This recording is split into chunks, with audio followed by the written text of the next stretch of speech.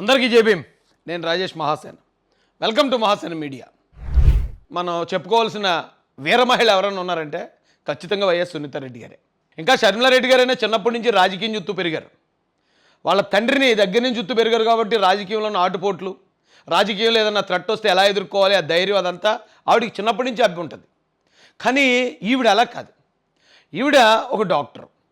ఒక డాక్టర్లు అంటే జనరల్గా ఎలా ఉంటారండి, చాలా డీసెంట్గా వాళ్ళ పని వాళ్ళు చూసుకుని వెళ్ళిపోతారు. ఎక్కడ ఎవరితోటి రప్చర్ పెట్టుకోవడం కానీ, వాదన పెట్టుకోవడం కానీ, ఆ గొడవ ఆ విధానాలకే దూరంగా ఉంటారు వాళ్ళు.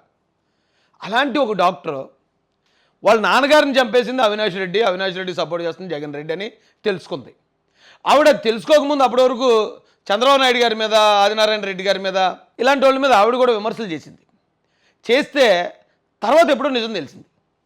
లేదు వివేకానంద రెడ్డి గారిని చంపింది అవినాష్ రెడ్డికి సపోర్ట్ చేసింది గంగిరెడ్డికి సపోర్ట్ చేసింది భాస్కర్ రెడ్డి, మొత్తం మా కుటుంబంలో వాళ్ళే చంపేశారని వాస్తవం తెలిసింది. తెలిసినప్పుడు ఏంట్రా అనే ఎలా జరిగిందని చెప్పి జగన్ అన్న అడిగింది. అడిగితే అవును అలా జరిగింది. అప్పుడు ఏంటి, నువ్వేమైనా గట్టిగా మాడితే అవినాష్ రెడ్డి బీజేపీలో చేరతాడు, ఆయనే బీగుతారు మీరు. ఇప్పటికి 11 కేసులు ఉన్నాయి మా మీద, సిబిఐ కేసులు. ఇప్పుడు 12వ అవుతుంది. ఇప్పుడు ఏమైంది, నువ్వు సుఖంగా ఉండొద్దా, నీ పిల్లలు సుఖంగా ఉండొద్దా అని ఆవిడని బెదిరించారు. వాళ్ళ పిల్లల్ని కూడా చంపేస్తామని బెదిరించారు.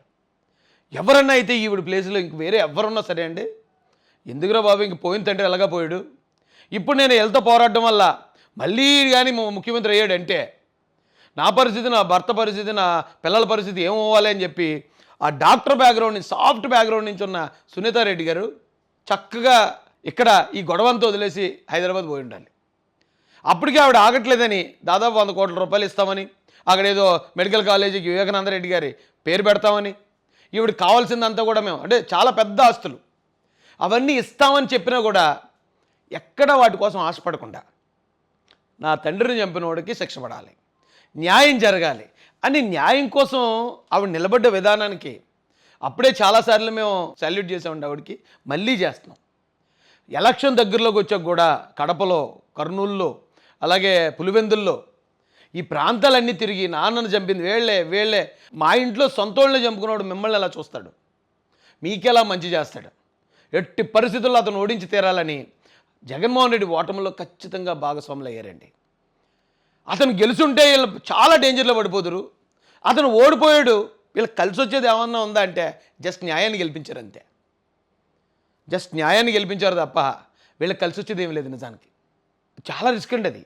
ఇప్పుడు ఒక 10 లక్షలు పందెం పెట్టాం, ఒకవేళ మనం గెలిస్తే ఇంకో 10 లక్షలు ఎక్స్ట్రా వస్తాయి అనుకుంటే ఓకే. కానీ మనం గెలిస్తే ₹1 కూడా రాదు, మనం ఓడిపోతే 10 లక్షలు పోతాయంటే ఏంటి పరిస్థితి? అలాంటి రిస్క్ చేసి కోసుపందం వేశారు వీళ్ళు. నిజంగా చాలా బెదిరింపులు, ఎన్ని అంటే ఈవిడ్ని కూడా ఎన్ని అవమానాలు, షర్మిలా గారిని ఎన్ని అవమానాలు. అదే జగన్మోహన్ రెడ్డి గారు అన్నారు, ఎక్కడో వీడియో చూశాను నేను, మరి ఎడిటెడో నిజమో తెలియదు కానండి.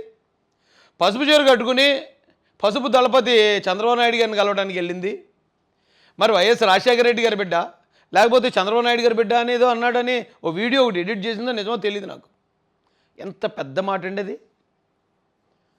చంద్రబాబు నాయుడు గారి డైరెక్షన్లో నడుస్తుంది షర్మిలారెడ్డి అని చెప్పి ఆవిడ్ని, ఈవిడైతే ఏకంగా చంద్రబాబు నాయుడు గారు సీట్ ఇస్తున్నారట, కర్నూలు ఎంపీగా, కడప ఎంపీగా పోటీ చేయబోతుందంటని సజ్జల రామకృష్ణారెడ్డి లాంటి వాళ్ళు చనిపోయిన తండ్రి మీద అక్రమ సంబంధాలు అంటగట్టడం, అతను ఒక ఉమనైజర్గా ఏంటి అంత పెద్ద ఆయన్ని చంపేసిందే కాకుండా ఘోరాది ఘోరమైన అవమానాలు పడ్డారండి.